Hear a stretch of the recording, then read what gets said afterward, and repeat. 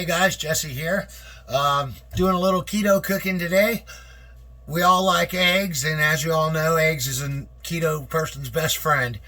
So I like them hard boiled, and lately I've been getting into meal prep, keto meal prep in particular. I got something new today or yesterday, and I want to show it to you. Now, supposedly, here it is up close. Supposedly, you crack an egg in there and you drop it in boiling water, and I guess you end up with a hard-boiled egg without having to peel the shell. Now, I've recently finally learned how to do this without peeling the shell, but I got another idea for these things. I'm gonna put ham and cheese, and well, I got a little mix here. I'm gonna try one plain, of course, but I've got a little ham and a little cheese, and, you know, just for kicks, a little of that chicken I cooked from the other day. And I'm going to put a little in there and see how they come out. Also, maybe of important note, inside every single one of these was this little sign, and it basically says you got to remember to put oil each one before you use it, or use cooking spray.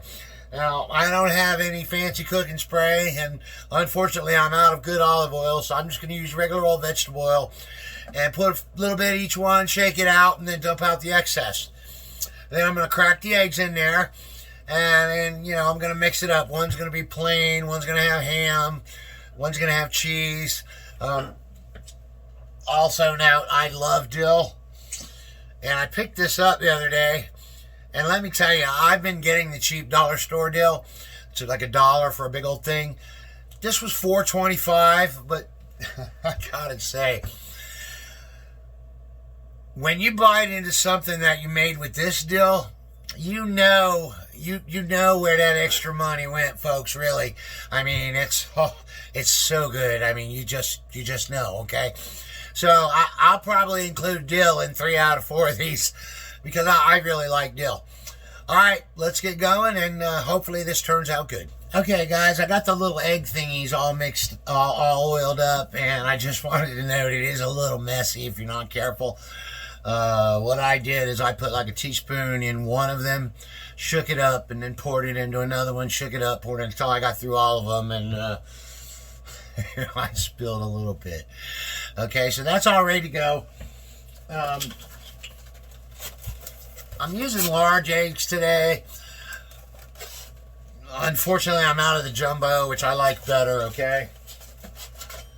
If I like this, I'll buy more of these things, but so far to prep, you know, it took a minute or two to oil those 4 things up, so you obviously would want to do more than 4 at a time to make it worth your trouble. Okay, so let's get these things filled up and see how this goes. Our water's almost boiling now. Just a quick thing I want to add. If you guys buy this, it comes in packs of 4. And there's a little cheap plastic tray that holds them up. This has a use, okay? This is for when you fill them. I went to fill one, and I learned there's no way to hold it up. So I set it in a little glass I had. So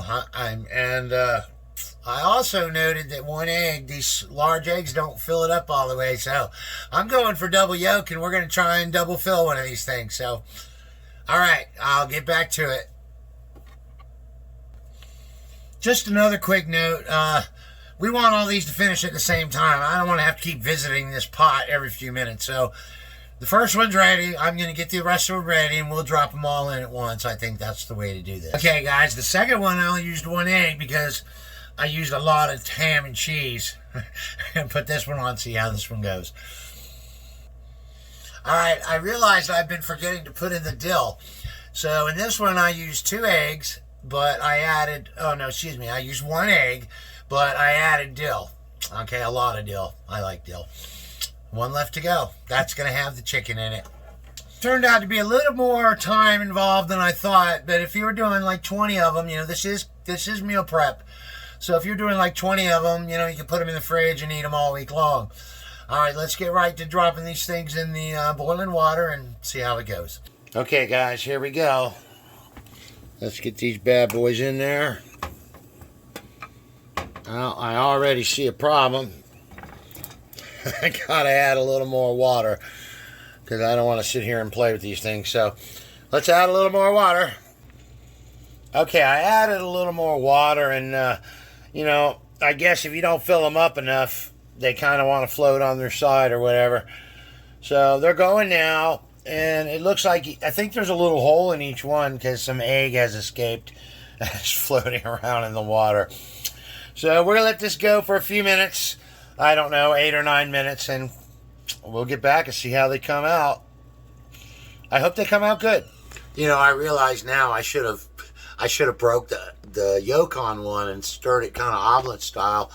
I picked up the one that has the dill in it, and I didn't stir it in good enough, and it looks like there's a big pile of dill at the top.